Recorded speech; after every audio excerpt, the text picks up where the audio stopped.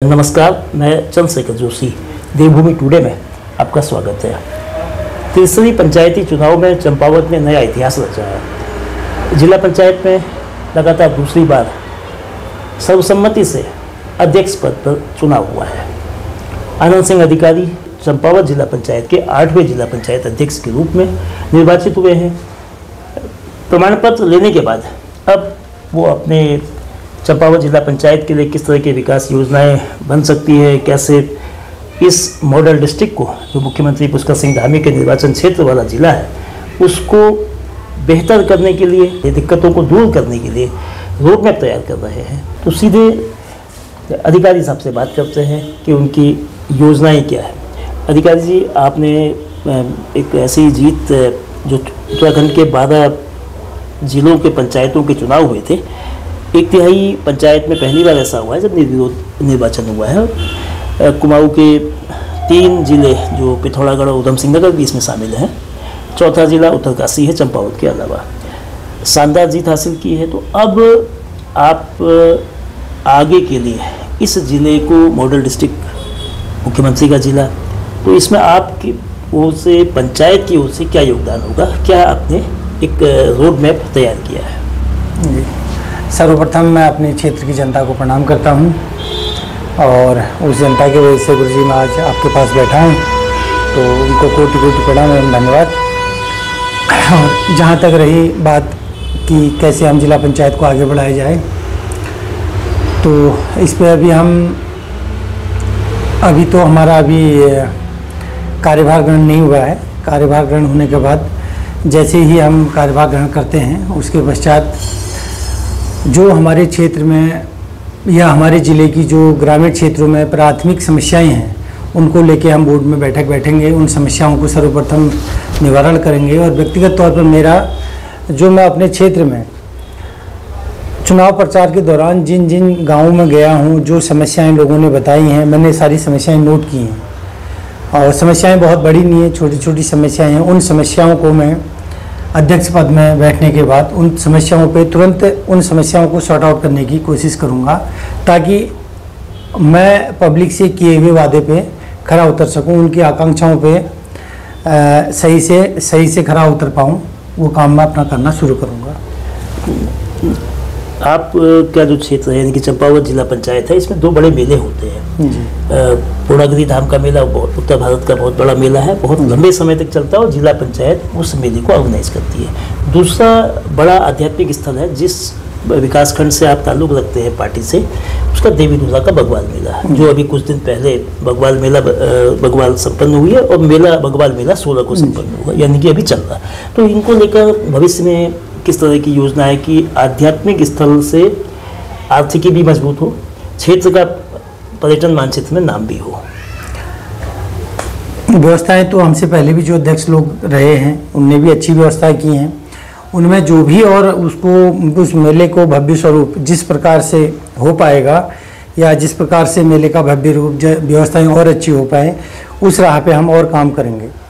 देवीधुरा मेला हमारा घर का मेला है और उस मेले में हमारे लमगड़िया जी, माननीय प्रमुख साहपुर, उनका बहुत बड़ा योगदान है उस मेले को संवारने में।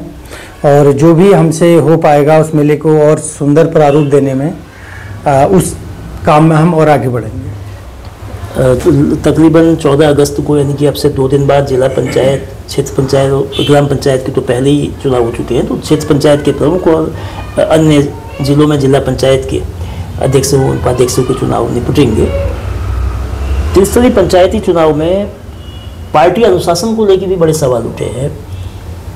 सदस्य जो जिला पंचायत में अधिकृत पार्टियां करती, और उसके बाद जब ये चुनाव निपट गए, अध्यक्ष के नाम को तय करने से पहले भी बीजेपी के अंदर से आवाज़ें उठी। इस बीच एक मसला 8 अगस्त को, संभवतः 8 अगस्त की डेट थी, बीजेपी के पूर्व जिलाध्यक्ष और पूर्व प्रदेश कार्यकारिणी सदस्य दीपचंद पाठक ने भी इस्तीफा दिया। और इस्तीफे पर उनके जो आरोप थे, उपेक्षा और अनदेखी जो वरिष्ठ पदाधिकारियों के, वरिष्ठ कार्यकर्ताओं के, उसको लेकर, और साथ में जो पार्टी की ओर से अधिकृत होने को लेकर जो खींचतान हो रही थी, उसको लेकर आपका क्या कहना है? दीपक पाठक जी हमारे पार्टी के वरिष्ठ नेता हैं और उन्होंने पार्टी को संवारा है, हमारी भारतीय जनता पार्टी को। तो हो सकता है कुछ उन्हें गलत जानकारी पहुंची हो या गलतफहमी हुई हो, क्योंकि दीपक पाठक जी से मेरा कोई अभी तक व्यक्तिगत मुलाकात नहीं हुई है। वो हमारे नगर पालिका क्षेत्र के हैं और हम लोग ग्रामीण परिवेश से आते हैं और ऐसा है नहीं कि मेरा कोई या दीपक पाठक जी का कोई मेरा व्यक्तिगत कोई ऐसा कुछ नहीं था, उनका मेरा परिचय भी नहीं है। लेकिन मैंने सुना है कि दीपक पाठक जी हमारी पार्टी के एक स्तंभ हैं और पार्टी के लिए उन्होंने काम किया है। तो हमें तो पार्टी में काम करने वाले और पार्टी को समर्पित करने वाले लोगों को जोड़ के रखना चाहिए। और जहाँ तक बात इस्तीफे की है, हम तो दीपक पाठक जी से कहेंगे कि भैया दीपक पाठक जी का इस्तीफा जो दिया गया है उसको हम प्रदेश अध्यक्ष जी से कहेंगे कि इस्तीफा मंजूर न किया जाए। वो हमारी पार्टी के वरिष्ठ नेता हैं और हम उनके मार्गदर्शन पे, उनके आशीर्वाद के हिसाब से हम उनके साथ मिलकर काम करेंगे। और कुछ गलतफहमियां हो जाती हैं जब आदमी कहीं पर बैठता नहीं है, उठता नहीं है या आमना सामना न हुआ हो, जैसे आप और हम बैठे हैं गुरु जी, कोई बातचीत हो रही हो तो आप पूछ लेंगे हमसे कि क्या परेशानी है, क्या दिक्कत। तो ऐसा तो हमारा पाठक जी के साथ कभी हुआ नहीं जो आप कह रहे हैं कि मेरे लिए व्यक्तिगत तौर पे। मेरा व्यक्तिगत तौर पे उनसे कोई ऐसा परिचय भी नहीं है। बाय नेम भाजपा के जिलाध्यक्ष रहे हैं करके मैंने सुना है दीपक पाठक जी को। व्यक्तिगत तौर पे तो ऐसा कुछ है नहीं, उन्होंने जो भी कहा होगा पार्टी के हित के लिए कहा होगा। और ऐसा नहीं कि पाठक जी पार्टी को डुबाना चाहते हैं या पार्टी के खिलाफ जाना चाहते हैं। बड़े भाई हैं हमारे, हम तो चाहेंगे कि वो हमारी पार्टी में रहें और पार्टी में रह के पार्टी को मजबूत करेंगे।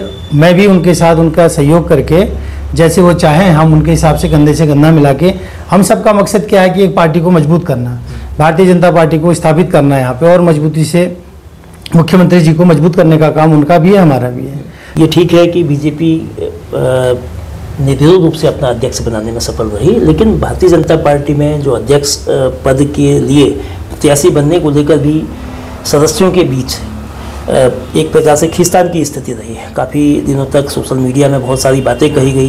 तो वे सदस्य जिन्होंने दावेदारी पेश करने की कोशिश की, उनसे किस तरह से एक कोऑर्डिनेशन बनाएंगे मैं कि विकास भी हो, और चूँकि आपकी ही पार्टी के होंगे जब, तो वो सब कैसे आप समायोजित करेंगे? और मुकेश मेहराना जी हमारी पार्टी के सीनियर नेता हैं और हमारे बड़े भाई हैं। पार्टी में अपनी बात रखना, अब पार्टी फॉर्म में अपनी बात को रखना कहीं पर गलत नहीं है। उनने अपनी दावेदारी पेश की, मैंने भी पेश की। तो टिकट तो एक को ही मिलना था, मुझे मिल गया। तो भाई साहब भी एक प्रकार से अध्यक्ष ही हैं, हमारे गार्जियन हैं, वो बड़े हैं हमसे, पार्टी के वरिष्ठ नेता हैं और उनके हिसाब से हम लोग चलेंगे, उनके मार्गदर्शन पे हम लोग काम करेंगे। क्योंकि टिकट तो एक को मिलना था, मेहराना जी को मिलता या मुझे मिलता, तो पार्टी ने मुझ पर भरोसा जताया है। तो अब हम बड़े भाई के पास जाएंगे, उनसे याचना करेंगे कि दादा हमें मार्गदर्शन दीजिए। नामांकन के समय जब कल आपने नामांकन किया तो जो सदस्यों की संख्या थी काफ़ी लोग नहीं थे, और ख़ासतौर पे वो गुट कहें या वो तबका जिन्होंने टिकट के लिए अपेक्षा की थी, ये टिकट के लिए मांग की थी, तो इसको आप किस तरह से देखते हैं? ये कोई परिस्थितिवश हुआ या मतलब 5 लोग थे आप और जो आपने 2 सेटों में नामांकन पत्र फाइल किया था, तो प्रस्तावक अनुमोदक 4 लोग और आप थे, तो ये इसको आप कैसे देखते हैं? कुछ लोग हो सकता है नहीं आ पाए हों, उपाध्यक्ष भी लेट आई थी जो बाद में उपाध्यक्ष बनी है ऊपर, तो इसको कैसे आप देखते हैं? हम लोग तो एक्चुअली एक दिन पहले घर पहुंच चुके थे और शेष हमारे जो मेंबर साहब लोग थे वो लोग थोड़ा बाहर निकले थे। तो जब उनको आना था इधर को तो चलती के पास रास्ता बंद हो गया था, तो हम 5-6 लोग तो नामांकन के समय पहुंच चुके थे, वो थोड़ा सा लेट पहुंचे, रास्ता ब्लॉक हो गया था। तो आपको भी जानकारी होगी, रास्ते में बंद था करके बीच में, इस वजह से नहीं आ पाए वो लोग। और 4 बजे करीबन 3-4 बजे पहुंच गए थे हमारे कार्यक्रम में। तो आपने 15 सदस्यीय जिला पंचायत में तकरीबन 12-13 लोग आपके साथ थे, तो इतना बड़ा समर्थन के मतलब किस तरीके से आप समर्थन हासिल करने में सफल रहे? सर्वप्रथम तो मैं फिर से अपनी देवतुल्य जनता को प्रणाम करता हूं, धन्यवाद कहता हूं कि उन्होंने हमें इस लायक बनाया कि आज मैं आपसे बात कर सकूं। कारवां वहीं से शुरू हुआ। मेरी पब्लिक ने, मेरी जनता ने, देवतुली जनता ने मुझे जब वहाँ से एक आशीर्वाद दिया, जनादेश दिया कि भैया आप यहाँ से लड़िए, हम आपके साथ हैं, वहाँ से सबसे बड़ी ताकत मेरी वहाँ से बनी। क्यों? पब्लिक मेरे साथ थी। पब्लिक जब मेरे साथ थी तो मुझे हिम्मत आई, और उसी हिम्मत ने मुझे अपने क्षेत्र से लड़ने को कहा। मैं लड़ा, सर्वाधिक वोटों से जीता भी हूँ। और उसके बाद जो कारवां मेरे साथ जुड़ा तो मेरी बगल वाली सीट, मेरी बहू वाली कानीकोट वाली सीट जो है जिला पंचायत सदस्य की, उसमें लोगों ने सबने एक मन बनाया कि हम अपने भाई को यहाँ से भी, अपनी भाई की बहू को यहाँ से निर्विरोध बनाएं। तो वहाँ से हम लोग निर्विरोध हो गए। तो फिर उसके बाद एक सीट मेरी बगल में रेगांव की सीट है, तो जब देखा कि मेरी बगल वाली सीट भी आनंदकारी के लिए निर्विरोध छोड़ दी गई है, तो मेरी बगल वाली सीट में भी, रेगांव वाली सीट में हमारे भवन भाई की बेटी है मनीषा जी, तो उनको भारतीय जनता पार्टी ने उतार रखा था मैदान पे। तो हम सब ने मिलकर उनका सहयोग किया, सभी ग्रामवासियों को बिठाया, एक हमने सौहार्दपूर्ण वातावरण में हमने कहा भैया क्या करें। तो सबका जनादेश आया कि भैया एक आदमी को अपना हम निर्विरोध बना के देते हैं। आपको पूरे क्षेत्र की जनता का धन्यवाद है। रेगांव की जिला पंचायत क्षेत्र को मैं प्रणाम करता हूं कि जिन्होंने अपने क्षेत्र से एक निर्विरोध प्रत्याशी को बनाया, तो उनका भी समर्थन मेरे लिए जुट गया था। उसके बाद फिर हम लोग 3 हो गए थे। उसके बाद फिर हम थोड़ा सा आगे बढ़े, हमारा कारवां, हम लोग पहुँचे मटियानी वाली सीट में आशीर्वाद लेने के लिए पब्लिक के बीच में।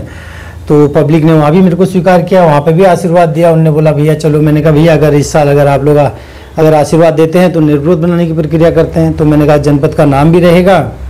तो मटियानी क्षेत्र की समस्त जनता ने भी आशीर्वाद दिया कि चलो भैया हम इसी को पुष्कर राम जी को हम जिला पंचायत सदस्य निर्विरोध बनाते हैं। तो थोड़ा सा प्रयास किया था हम लोगों ने। तो पब्लिक के सपोर्ट के बिना कुछ भी संभव नहीं है। ये सारा श्रेय हमारी पब्लिक को जाता है कि जिन्होंने एक मत होके मेरे साथ कंधा से कंधा मिला के मुझे आज यहाँ पर पहुँचा रखा है। तो इसी प्रकार से पुष्कर राम जी को निर्विरोध बना दिया। तो उनको चलते हुए हम लोग 4 हो गए थे। उसके बाद 4 सीटें आ गई थी, और 5वीं सीट हमारे मामा जी हैं डूंगर पथौली जी, तो अनीता पथौली मामी है हमारी, तो उनकी सीट पे गए। तो उनकी सीट पे फिर उनकी भी स्थिति निर्दलीय की थी ना, सॉरी क्या निर्विरोध की स्थिति थी। तो कुछ ऐसा रहा कि एक उठ गए, चलो प्रजातंत्र है, उठना ही है, उस पर उठ गए। तो अच्छे सबसे ज़्यादा मतों से वो भी जीते यहाँ पे ज़िले में। तो एक हम लोगों का एक कारवां बन गया यहाँ पे। उसके बाद हमारे विधानसभा के 9 के 9 लोग जीत के आए। तो उन सब ने कहा भाई हम आपके साथ खड़े हैं। तो इन सभी का मैं धन्यवाद अर्पित करता हूँ। मेरी 9 के 9 विधानसभा सीट और चंपावत जिले की समस्त जिला पंचायत सदस्यों को प्रणाम करता हूँ एवं धन्यवाद देता हूँ कि उन्होंने मेरा जो साथ दिया। अच्छा, चुनाव बड़े खर्चीले किस्म के हो गए हैं, और ये भी कहा जाता है आप काफ़ी संसाधन, पार्टी तो खैर आर्थिक रूप से मतलब सबसे बड़ी पार्टी दुनिया की भी है, संसाधन भी खूब है, और प्रत्याशी के रूप में आपके पास भी। तो धन शक्ति का आप लोकतंत्र में कितना खतरा देखते हैं? अगर धन शक्ति का ही प्रभाव रहे, ऐसा भी कुछ नज़र आता है इन चुनावों में, चाहे वो जिला पंचायत सदस्य के हों या आगे अध्यक्ष के हों? धन शक्ति का ऐसा तो कुछ विशेष योगदान नहीं है। धन शक्ति यूज करने के लिए भी आदमी को पहले अपना व्यक्तित्व समाज में एक अच्छी तरह से पेश करना पड़ेगा। और जहाँ पे आदमी का व्यक्तित्व समाज स्वीकार कर लेगा तो वहाँ पे धन की ज़रूरत नहीं पड़ेगी किसी भी समाज में। इसका जीता जागता उदाहरण हमारे सचिन जी हैं लोहाघाट के। सचिन जी आपको भी जानकारी होगी, हमेशा गरीब ज़रूरतमंदों के लिए अस्पताल में ही खड़े रहते हैं। तो उन्होंने आज पब्लिक ने फूलमाला उनके गले में डाल दी। ये हमारे लिए सबसे बड़े उदाहरण है। सचिन जी हमारे आइडल हैं कि बिना पैसे की भी राजनीति की जा सकती है, बिना 1 रुपये खर्च किए हुए लोगों को हाथ जोड़ के आशीर्वाद लेके भी विजय पाई जा सकती है। ये हमारे एक मॉडल है। तो अब आपके चाचा विधायक हैं लोहाघाट से, आप जिला पंचायत के मुखिया रहेंगे, तो कैसे अपनी भूमिका को परिवार के साथ कैसे निभाएंगे कि जो राजनीतिक विचारधारा बीजेपी से हैं, वे कांग्रेस से हैं? विचारधारा अलग अलग है। उनकी कांग्रेस की विचारधारा है, मेरी भारतीय जनता पार्टी की विचारधारा है। जैसा मेरा प्रदेश नेतृत्व तो मुझे आदेशित करेगा उस हिसाब से हम काम करेंगे, और भाजपा की रीति नीति के हिसाब से कार्य चलेंगे, कार्यक्रम चलाएंगे, और भाजपा को मजबूत करने में कोई कोर कसर नहीं छोड़ेंगे। तो क्या 2027 की ओर भी नजर रहेंगी? नहीं, 2027 की ओर हमारा प्रदेश संगठन जिसको भी तय करेंगे हम उनके साथ चलेंगे। हमें प्रदेश संगठन ने, प्रदेश के वरिष्ठ नेताओं ने हमें जो दायित्व दिया है हम उसका निर्वहन करेंगे। अभी चलिए, बहुत धन्यवाद अधिकारी जी आपका। तो नवनिर्वाचित होने के बाद अधिकारी जी का ये कहना है कि पार्टी में जो कुछ भी चुनावों के दरमियान में मनमुटाव हुए, जिन लोगों ने जो भी आरोप लगाए, अब उनको उस अध्याय को समाप्त करके पार्टी को एकजुट होकर संगठन को मजबूती से पार्टी के जो विचार हैं, पार्टी की नीतियां हैं, उसको आगे बढ़ाना चाहिए। और इसके लिए वो स्वयं भी जो जिलाध्यक्ष, पूर्व जिला अध्यक्ष दीपक पाठक ने इस्तीफा दिया है, तो उनको मनाने की कोशिश करेंगे। जिला पंचायत को लेके, विकास को लेके, ग्रामीण क्षेत्र को बेहतर करने के लिए जो रोडमैप है उसकी ओर काम करने की बात भी उनकी ओर से कही जा रही है।